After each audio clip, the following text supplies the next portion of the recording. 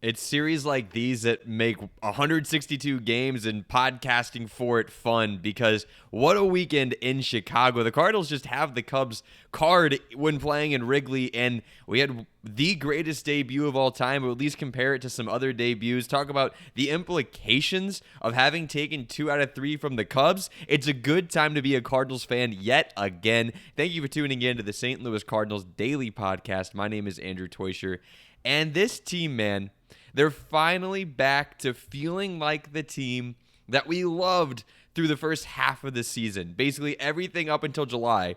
This is the team we fell in love with. And then July was just horrible. I mean, it was really the end of June, that last week of June, and then into July, which has made this feel a lot longer, made us absolutely sellers. But, dude, this brought it all the feels back. Let's recap the series first. In game 1, the bats were quiet. This was miserable. It looked like, it was a great series against some bad teams. It was, now we're ready to come back down to earth. But no. So hopefully you followed my call sheet trade on the Cardinals losing this, but it wasn't why the Cardinals lost. At least the reason we lost isn't what I thought. Matthew Liberatore pitched a very fine day, but the bats stayed quiet in game 1. 5 1/3 innings pitched, 2 hit, 1 walk, 2 earned, 6 Ks. He's now got 2 really, really good starts or at least very solid starts out of his last 3 games. And then the one in the middle was horrendous. Now, Oli Marmol was talking about how they still very much believe in Matthew Liberatore, and you will not, he didn't say this directly, but it sounds like you will not see another starter come up and snatch his spot from Matthew Liberatore. They're going to let him ride it out the rest of the way. In an interview, he likened it much to Kyle Leahy. That's a dude who we were all calling for his job earlier in the season, and Liberatore is able to flash some stuff. So anyway, only 3 hits for the Cardinals in that game recorded. We lose that one 3-0. Game 2 and 3 is what we want to talk about. Everyone knows what happened in game 2, the Joshua Baez game, and we're going to spend plenty of time talking about that. But game 3 was, as a team, better. Game 2 had me a little bit worried. Not going to lie to you. Game 2 was Joshua Baez versus the Chicago Cubs and the Cardinals pitching. Game 3 was when the whole team came together and got 13 hits. So just some stats from games 2 and 3 combined. Cardinals win game 2, 8-4. Win game 3, 11-4.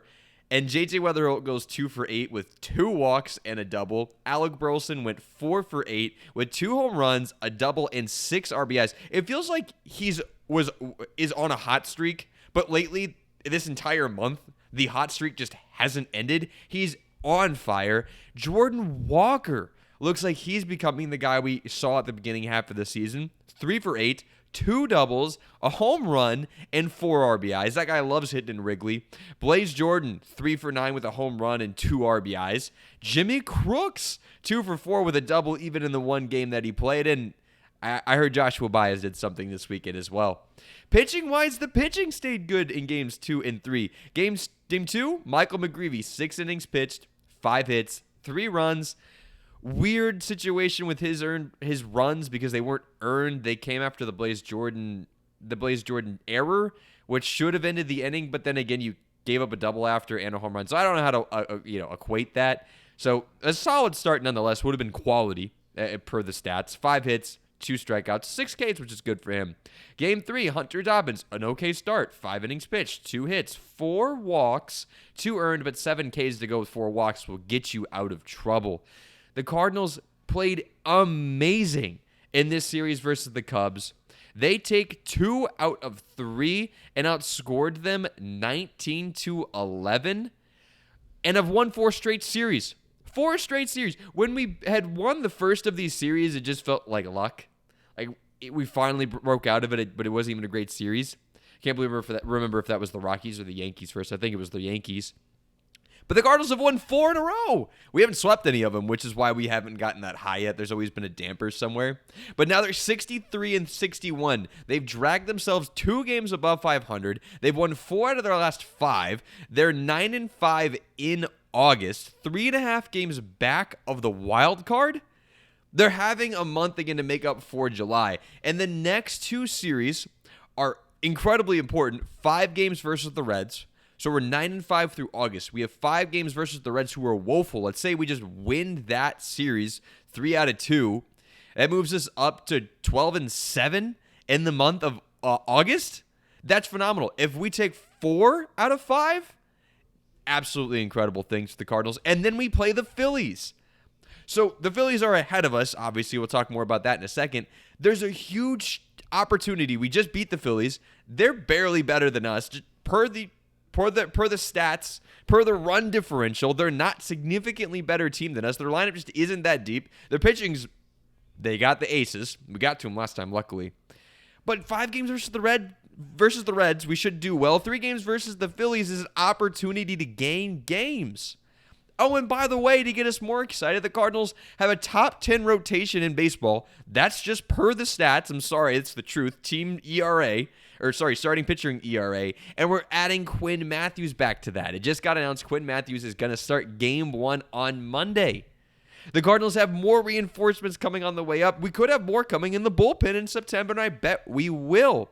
Oh, and this guy named Joshua Baez is now here, and I don't want to get over excited about what he is. I go up there on X, and I'm absolutely kidding. I'm saying he's better than Albert Pujols and Stan the Man Musial. No, he's not, despite the best debut ever. Again, more on that in a second. But he adds such a crucial thing to your lineup. The lineup right now, by the way, J.J. Weatherholt, phenomenal leadoff hitter, great defender. Ivan Herrera, Alec Burleson, who, by the way, is hitting .288 with 21 home runs and 90 RBIs. He might hit. He could come really close to a 330 home run, 100 RBI season. And Jordan Walker could do the same if he ends hot. 284 average, 24 homers, 88 RBIs. By the way, Burleson third in all of baseball in RBIs, Walker fourth. And now batting fifth for the St. Louis Cardinals, Joshua, 3 home runs in his debut. Baez. And no, Joshua Baez is not going to keep up these season-long numbers. Joshua Baez was batting 250, 260 in the minor leagues. We'll be excited if he hits 240 in the major leagues. That's going to be a good line for him. But he adds such a crucial thing in terms of power. Now this lineup is 5 deep, and I'll talk more about the importance of Baez in a second in left field. There's things that are improving, and the team clearly was... We've just fluctuated so hard, and it's a young team. It makes a lot of sense. Ali Marmol was talking about having to go up and through the ups and downs of the season. He's excited to see how we survive the year. We had an incredible April. We were probably who we were supposed to be from there on. Then in July, we just hit an absolute wall. We're awful, and now we're just back on the upswing. This isn't a bad team. This isn't a World Series contender. This is a team that hopes they could probably maybe make the playoffs, but it's not a terrible team, and they're showing it yet again. Oh, and the bullpen I forgot to mention. Riley O'Brien seems totally back, locking down 9th innings. Luis Gastelum is last 3 outings, 4 1/3 innings pitched, 8 Ks, 1 hit, 0 earned runs. And Justin Brule seems like he replaced JoJo Romero. Our bullpen might be better than it was a couple of months ago. Because that's with the math that Brule replaces Romero, who left, and that Gastelum is better than any third guy that we had at the time. The Cardinals are brewing something good, and the teams ahead of them in the playoff race. The Padres, not a ton better than the Cardinals, although they bought. The Phillies, we just proved they're not a ton better than the Cardinals. The D-backs, they're just on a recent hot streak. They were out of the picture there for a while, and the Miami Marlins have fallen off a cliff. All of these teams, incredibly flawed, including us, horribly flawed. Massive flaws. Probably going to lose first round of the playoffs. The only only 2 teams I could imagine getting out of that are the Padres and the Phillies. The Padres because they have some incredible high-end talent, and the Phillies because they have Schwarber and 2 aces, Cy Young candidates. But none of these teams actually have a shot at beating the Dodgers. But all of these teams are very flawed and could have a horrible last couple of months. And guess what? The Cardinals have the easiest schedule out of all of them. We have a shot, guys. We have to accept that. It's just the truth. Now, we can get excited, look forward to the future, because we know they're still going to play around with that. Guys like Kyle Leahy are on a pitch count.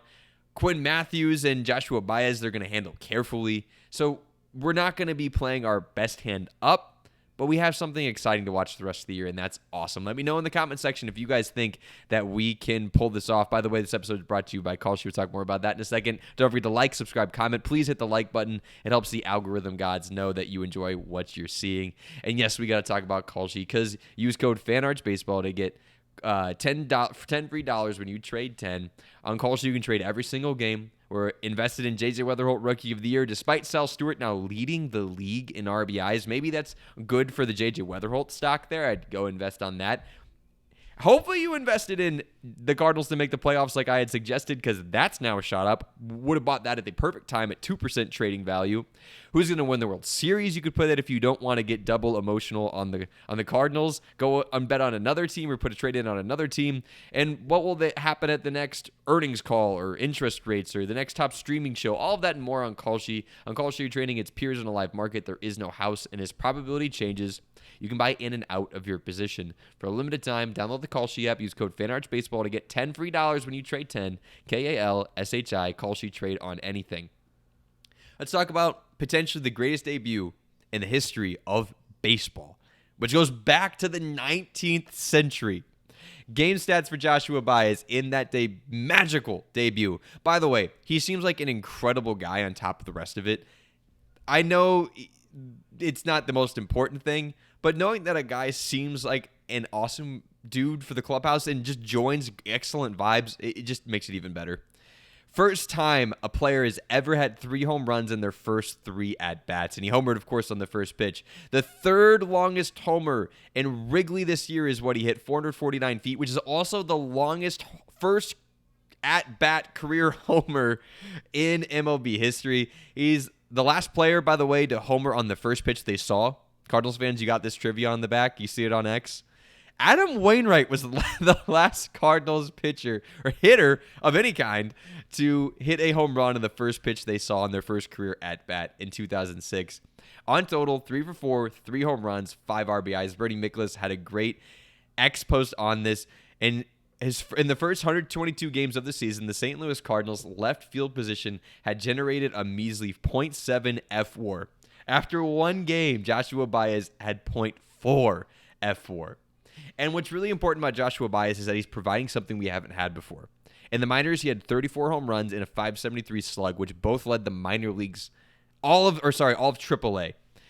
And our WAR from the left field position for the Cardinals over the last 2 seasons ranks 23rd. Home runs from our team entirely ranks 28th since 2024. We've not had a 30 home run hitter since 2023. From 2018 to 2022, we had at least one 30 home run hitter every year, and then we haven't had one since 2023. So the Cardinals desperately need Baez to come up and be this. It'd be terrific. Now, Burleson and Walker could get there too, but the Cardinals need power, and it's here. Let's talk about this compared to other notable debuts. I want to talk about it. Is this the best ever? You let me know in the comment section below. We're slightly biased, but I believe in us being able to parse through this. Other notable ones. Trevor Story in 2016, 2 for 6, 2 home runs, 4 RBIs. Steven Strasburg, 2010, 7 innings pitched, 2 earned, 4 hits, 14 strikeouts. Johnny Cueto, 2008, 7 innings pitched, 1 earned run, 1 hit, 10 strikeouts, 0 walks. Don't forget Daniel Ponce de Leon threw a no-hitter through 7 innings in 2018. 3 strikeouts, 3 walks, though. And Starlin Castro, 2 for 5, a triple, a home run, and 6 RBIs in his 2010 debut. These are the ones I think actually contend for it. Jason Jennings with the Rockies. In 2001, never heard this name before, way before my time. 9 innings pitched, 0 runs, 5 hits, 8 Ks. It doesn't sound spectacular until you get to the batting side, where as a pitcher, he went 3 for 5 with a home run and 2 RBIs. The other one is Bumpus Jones from 1892, who went 9 innings pitched, 0 hit, 0 earned, 1 run, 4 walks, 3 Ks, the only no-hitter in an MLB debut in MLB history. Which one's the best? Quite frankly, I think it might be Bumpus Jones. Like, that's insane. To throw a no-hitter in your first game, I don't know. It's either Joshua Baez or Bumpus Jones from 1892, but if you don't count that because that's ludicrous, it probably is the best debut of all time, which is insane. You guys let me know in the comment section below. Lastly, let's talk about the next series for the Cardinals. It's against, as I said, the Cincinnati Reds on the road for 5 games. Would love to see Joshua Baez hitting in that left field in Great American Ballpark. Runs scored 27th are the Reds, team ERA 24th. Their hitters are the guys we know, and they're playing well since the All-Star break. Elly De La Cruz, Sal Stewart has 7 home runs since the All-Star break. Tyler Stevenson at 947 OPS. Matt McClain at 804 OPS. And Eugenio Suarez 7 home runs since then. So the team's hitting fairly well since the break, but still pitching quite poorly. We'll play a Monday doubleheader at 12:40 and 5:40, a Tuesday game at 5:40, a Wednesday game at 5:40, and a Thursday game at 11:40. Again, tune in for Quinn Matthews starting that 12:40 game 1. And then the rest of the rotation from there. Appreciate you guys tuning in here. Again, don't forget to hit the like, subscribe buttons. Let the algorithm gods know that you like it here and support the page by using code FanArchBaseball on Call Sheet. Thanks for being here. Don't forget to tell a loved one. Let's go Birds.